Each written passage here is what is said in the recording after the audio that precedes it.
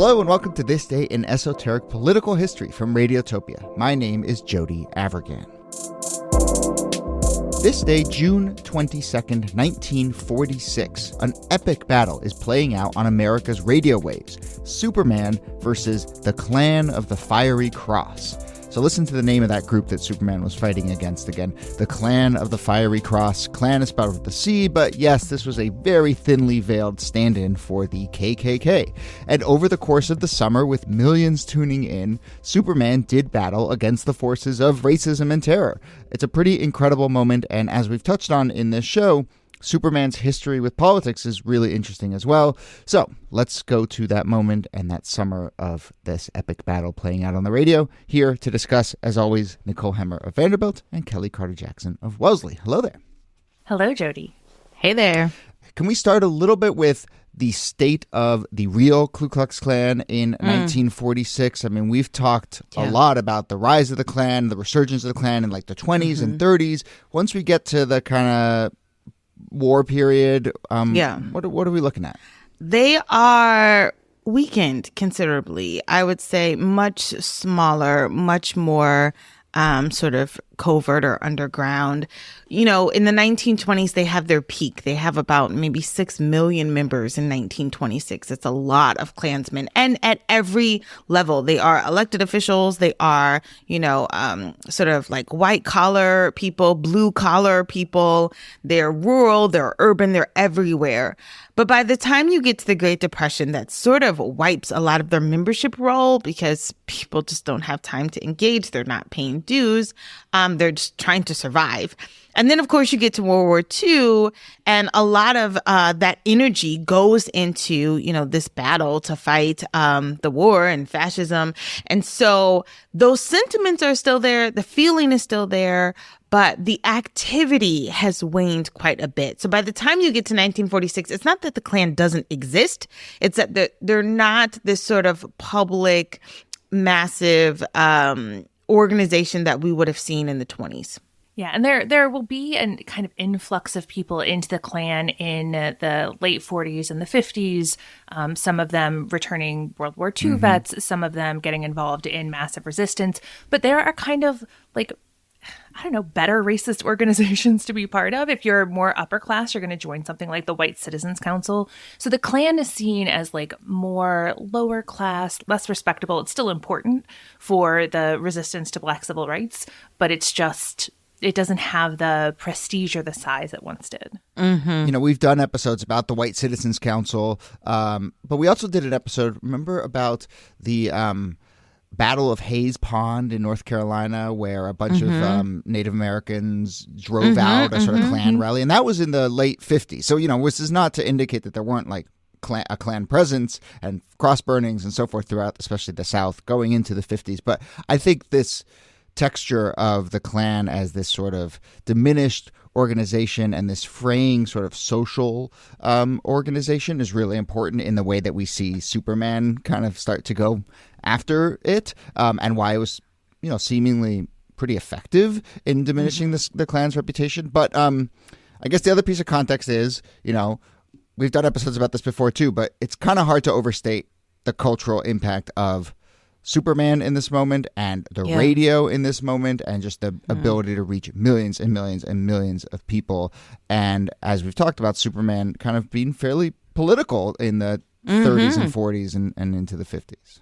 Yeah, the importance of popular culture to politics is, Superman is such a great avatar for that, or a great lens for looking at that, because you really do see him change in terms of who he's fighting over time. And you see, as we talked about with Glenn Weldon, you saw Superman himself changing as sort of a figure of Americana by actually this period, right? By the 1940s and 1950s, it's truth, justice, and the American way.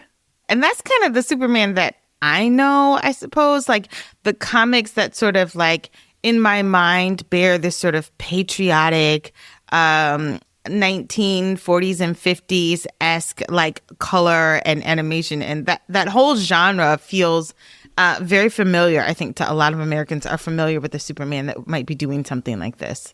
And the ideas around what it means to be an American in this period, particularly coming out of the war, speaks to this particular part of the series, because there really was this emphasis on embracing pluralism as really important to what it meant to be American, right? You had a Polish soldier fighting with a black soldier, fighting with a Latino soldier, and this idea that, we all come from these different backgrounds, but we're together in this fight against fascism, and through the military, we are becoming one group of Americans. And a melting pot. Exactly. Yeah. And it was idealized, right? But it was... I don't know, it was important coming off of the war. It's why you get the desegregation of the military shortly after World War II. And you see it, too, in this kind of fight against racism that Superman is leading. One last note on Superman before we get into the actual what went down in this series. But I've been working on this series, Death on the Lot, with Adam McKay, which is about popular culture in the wake of the war. And we have an episode about George Reeves, who's the first man to play Superman on TV. But we do a little bit of this kind of Superman cultural history, and so I've kind of a little brushed up on that. But yeah, it is really fascinating how Superman, we talked about this in our episode with Glenn Weldon as well, how Superman originally starts out as a kind of progressive anti-corruption fighter. He's on the side of of unions, and he's fighting corrupt bosses. And then throughout the war, there's this weird period where he kind of gets painted. People go after comic books for all sorts of reasons, and he kind of gets painted as fascist in this weird inversion. And then he sort of settles in on this, I think, more modern understanding of Superman as a champion for truth, but an individualist champion for truth, which I think says a lot about the and very different from the union fighter Superman of even 20 years before. So it is this interesting path he walks, and I think he's kind of in a transition point in this moment here. But let's look at kind of the plot of this series and the fight that he's fighting against the Klan of the Fiery Cross, which is a sort of loose stand-in for the KKK. I mean, Who wants to? I guess we can spoil it. It's very old. Who wants to tell us what happens in this series with Superman? Well, to kind of set the stage, it starts with that all-American sport of baseball, and this team that Jimmy Olsen, who is the regular in Superman cartoons, gets a new pitcher named Tommy Lee, whose family had just moved into the area, and it upsets the former pitcher because now he's been replaced by this new kid. And during batting practice, Lee, the pitcher, accidentally hits Riggs with a ball. And it turns out that Riggs, this former pitcher, his uncle was the Grand Scorpion of the Klan of the Fiery Cross. And as you can imagine, it escalates from there. You also find out that Tommy Lee is Chinese. And so the reason for a lot of the uproar is not just that he's been replaced, but he has been replaced by a Chinese American kid. And that sort of sets the tone for how we think of either immigrants or the other, and how Superman really has to come in and be a champion for people that are seen as different. Super interesting, too, because, we often think of the Klan as mostly anti-Black, and that is right. But also the Klan that reemerges in the 1920s is strongly anti-immigrant. And it's interesting that it's a Chinese immigrant family. Yeah, and not a Japanese family. Yeah. Because during World War II, that's when the U.S. and China become allies, when the U.S. drops its restrictions on Chinese immigration and allows for Chinese citizenship, because you have this alliance between the two countries. And so suddenly this is there's a little bit of the good Asian underneath this, which is playing out. Yeah, I mean, there's all sorts of choices in here that feel like they're so specific to this very moment in 1946 in which this was being made. Because, I'm with you, Kelly, at some level, it's kind of strange that if you're going to do a thinly veiled proxy for the Klan, it's not going to be about African Americans at home. It's going to be about immigrant groups who deserve a kind of champion as well. But, if you're going after the Klan and you're trying to tell that story, but I think it is navigating all of these sort of shifting politics of the moment to probably, to make something that is probably palatable to a huge audience. I mean, I think that's probably the reason that it's not revealed that, this new pitcher is of a different ethnicity until the third episode, right? Because I mean, it's obviously this is right in my wheelhouse, but certainly like using sports here as the platform on which this plays out is really interesting and probably feels more accessible to a wider audience. And obviously kids are sort of involved in that, and baseball is a nice like proxy for the all-American way. But you can see kind of the way this story is structured and written, that it kind of like eases into some of the harder edge politics. But I just think it's interesting because, during World War II, there were Japanese internment camps where Japanese people, we've had episodes about this before, were basically, confined to these prisons. And the idea of like talking about someone who is different or who's being sort of like maybe discriminated against in the game, and not to have the conversation about the Japanese, but to make it about the Chinese instead, is a real sort of skirting of the issue of like what was taking place during that time. So even that is a little bit wild to me. But yeah, that's how the story plays out. And it has at least 4 different storylines that get developed, or 4 different, arcs within this story about the Klan and about Superman.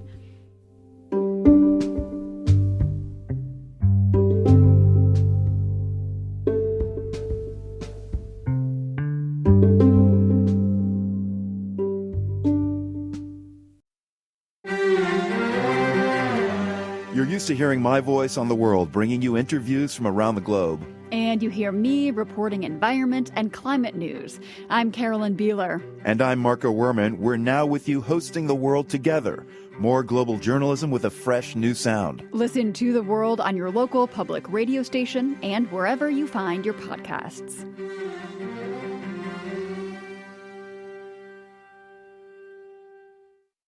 There's also a really interesting twist in this story, in that it ends up with the guy who heads up the Clan of the Fiery Cross, the Grand Imperial Mogul, who at the end is like, haha, I didn't actually believe this the entire time. I was just trying to sell robes. Selling robes is a nice twist. Robes? What kind of robes?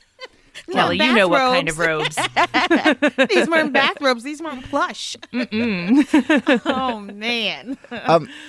So this, to me, is the most fascinating part of the whole story, that this is the way that the Klan gets kind of undercut, is being revealed as a joke and as a grift, And I think, it makes me think of so many of the episodes we've done about the Klan and about these kind of groups that really remind us that like these are social organizations, and at some level, this is maybe not the best way to put it, but like a big part of the draw is that it feels cool to be part of an organization like this, even a racist organization like this. And when that gets undermined, and the social fabric phrase and the cool factor phrase, and it gets revealed as a sort of a joke, I think that's as effective of a tactic as any for undermining this stuff.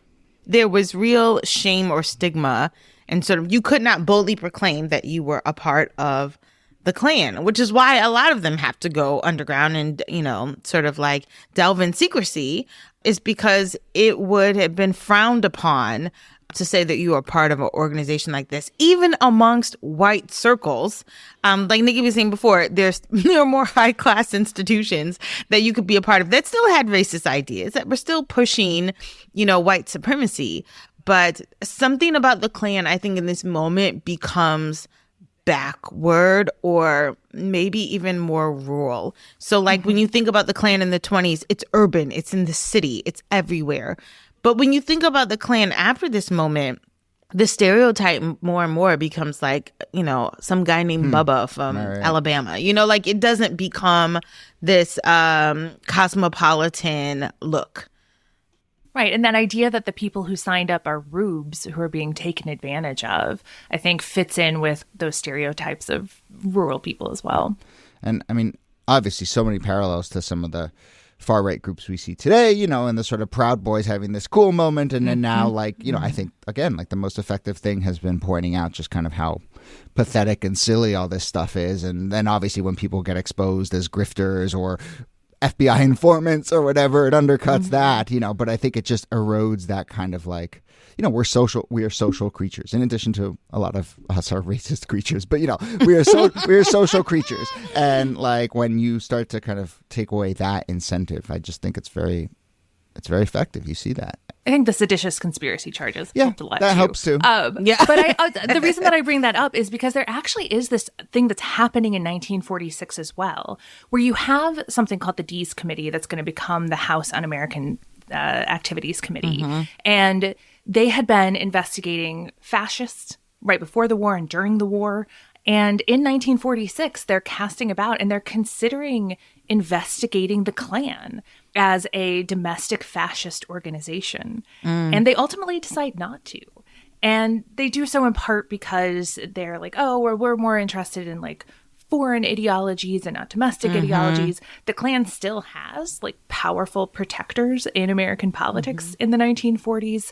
But that kind of resistance to investigating the fascist ideologies of groups like the Klan is something that it's taken a very long time to break down. And we've only seen it break down in recent years. Yeah.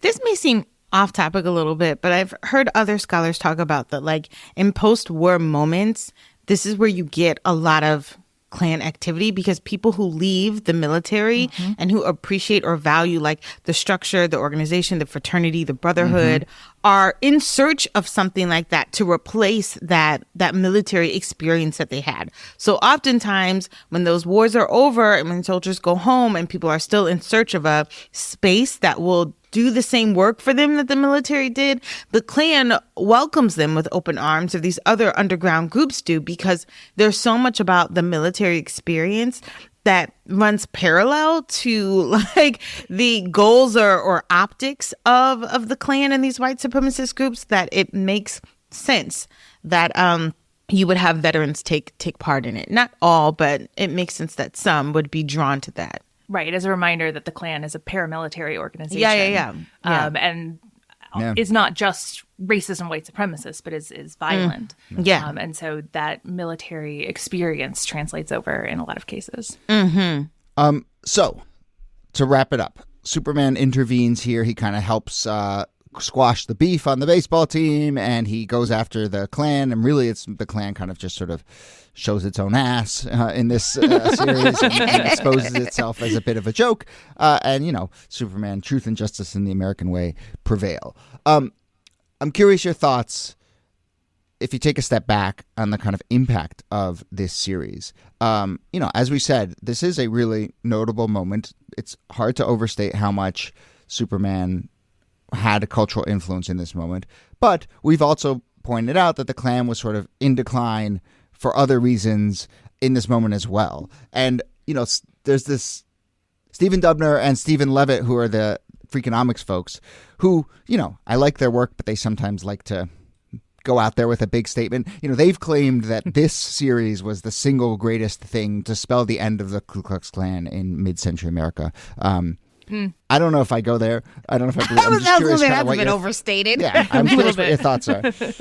I mean, I don't think that's the case. You know, not only has, as Kellie put it very well at the very beginning, was the Klan already in decline, but this reinforces that idea that the Klan is an enemy and is in decline. But I don't think that you get this series without that already being a kind of common agreement, which is not to say that a universal agreement. And I do think that there are things that this episode is doing that is really important. I actually think that the fact that the child in the family that were being attacked were Chinese Americans is actually probably more path-breaking and cutting edge than the attack on the Klan itself. So I do think that there's comic books and other forms of popular culture can be on the leading edge of social and political change. I'm just not sure if the greatest single contributor to the weakening of the Ku Klux Klan is a statement I would stand behind. Yeah. I mean, but I will say, you know, culture is always a force. Yeah. And literature is always a force as well. And so I won't count it out. I just won't. It's not in my top 5. Yeah. Put it that way.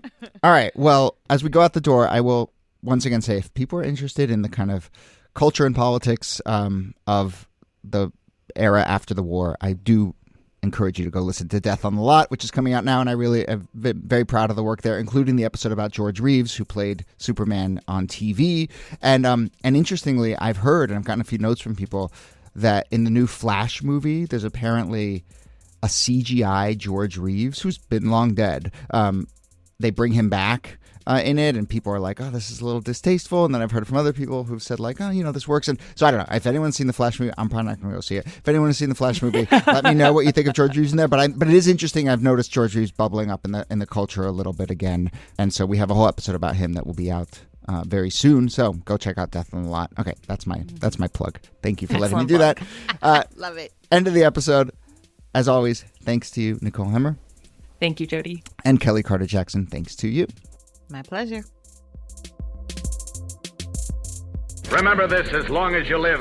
Whenever you meet up with anyone who is trying to cause trouble between people, anyone who tries to tell you that a man can't be a good American because he's a Catholic or a Jew, a Protestant or whatever, you can be pretty sure he's a rotten American himself. Not only a rotten American, but a rotten human being. Don't ever forget that.